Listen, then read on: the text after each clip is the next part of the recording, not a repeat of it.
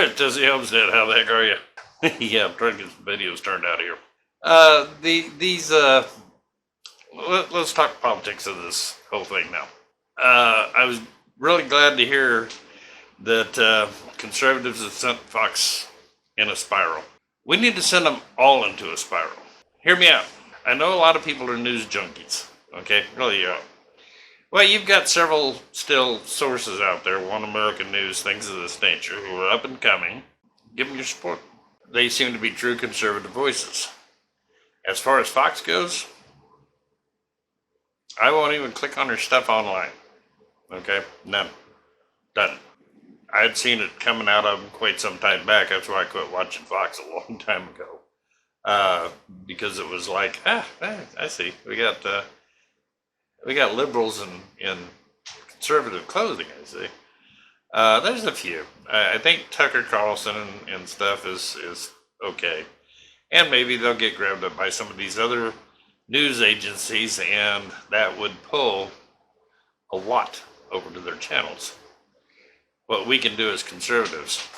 I frequently have always said, if we would use our heads and vote with our dollars, we could do a considerable damage. And that's probably what we need to do. These states that don't get in there and get their messes straightened out. Pennsylvania was ordered by the Supreme Court to segregate those ballots that came in after polls closed, and refused to do it. I would tell the state of Pennsylvania, you will either rehold another election, or we're going to give your votes to the current president by default. And by the way, you're paying for the election, okay? Get busy. That was a direct violation of the Supreme Court order. Be it the Democrats expect everybody else to play by the rules, when they did not, in more than just that state. I've just submitted my stuff to the state of Nevada to see if I voted this year in Nevada. If that comes back as true, I'll be out here to tell you. Okay? The only reason I couldn't find out online was because I couldn't remember what my old driver's license number was. But I'm going to run it against not only that at my home's address, but I also rented a house out there for a couple of years, and I'm running that address too. See, I lived out there. I know how Nevada works. And they were sending ballots out when I was out there to telephone poles, and had a lot of illegal aliens voting. So this would be a good chance for the government to get in there and clean that mess up. And I went over what penalties they usually give these people for this kind of nonsense. They're pretty minimal. They need to hand out like 20-year sentences for tampering with an election. Yeah, that'd slow it down quite a bit. Because right now your odds are, if you got a fairly clean background, you're going to get probation, maybe a fine. Tamper with the federal election, you should go to prison for about 20 years, period. No question asked. As soon as that jury says guilty, you're out of here. Unless you want to give us the name of who paid you to do it. And upon their conviction, we'll work you a deal. I want you to use common sense for just a minute. Joe Biden spent most of his time in his basement. The man can't hardly put a sentence together if he doesn't have a teleprompter in front of him. And even then he has problems. His rallies, they were a joke. Okay, they were an absolute joke. I've seen bigger rallies for like small town mayors. Okay. This guy had no support. But yet the Democrats want you to believe, and want me to believe, that more people showed up to vote for him than they did for Barack Obama during the famous making history election. And if you were a Democrat and voted for the man, you need some serious help. That man's got dementia, so something fierce. And Kamala Harris, so you want a communist for a president. Is that it? I don't understand why you guys just don't run your butts over to China and be happy. Okay? There you go. Communism. I'm putting some information together, though, that may be kind of interesting. I had looked into socialism because I'd heard so much about Sweden being a socialist country. And then I looked at a lot of the documentaries that Sweden put out. And I think we're not really socialists. We have socialist things for the people. But we're a capitalist country. Our business side is handled by capitalists. It's not socialism. It's not the bottom-up socialism that these clowns are talking about. That's Venezuela and Cuba. Okay? That's not Sweden, which is one of the reasons why Sweden seems to work. But then I started looking. And it's going to take a separate video for this, but I started really looking at what they were talking about. And I realized something. That is the country. Okay, you guys want to be like Sweden? Let's put this country back in the constitutional confines. Restore the Senate to the states. See, socialism only works on small scales, like a state. Sweden, about the size of a state. Well, guess what? That's what your founding fathers gave you. And if we would have left it alone, we would not have the problems we're having today. States had the power. Case in point. And I know everybody getting all upset. Okay? You have the Supreme Court out ruling on civil rights issues. That's not what the Civil Court does. Here's the mistake. Your government, when they adopted the Civil Rights Act, or changed anything in the Civil Rights Act, that should have been went into the U.S. Constitution, part of the Bill of Rights. And then the Supreme Court would have grounds to stand on to say all you states are going to follow this rule because it's constitutional. So it is the supreme law of the land. Instead, they're trying to play that game without the authority. Do you realize that? Because if it's not in the Constitution, your government, your federal government, has not been given the authority by the Constitution to write those kind of laws. It needs to go into the Constitution. 13th, 14th Amendment, that's what they were about. Why didn't the government just say, we're just going to make, if you're born here, we're going to write a law? Because people back then that knew what their state rights were, knew that they didn't have the authority to do that. You can't do it. Okay? You can't tell the state what to do. State's over you. You're way down here. You're at the bottom rung. Very limited federal control.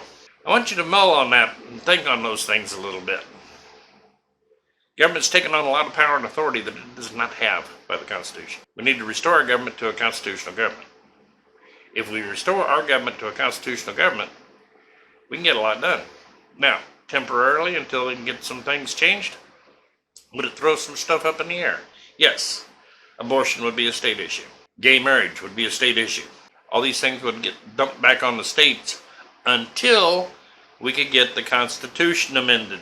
Now, I think if they knew that the Constitution was being amended so that these things could become national, most states wouldn't do anything but hold their ground where they're at and say, let's see what happens.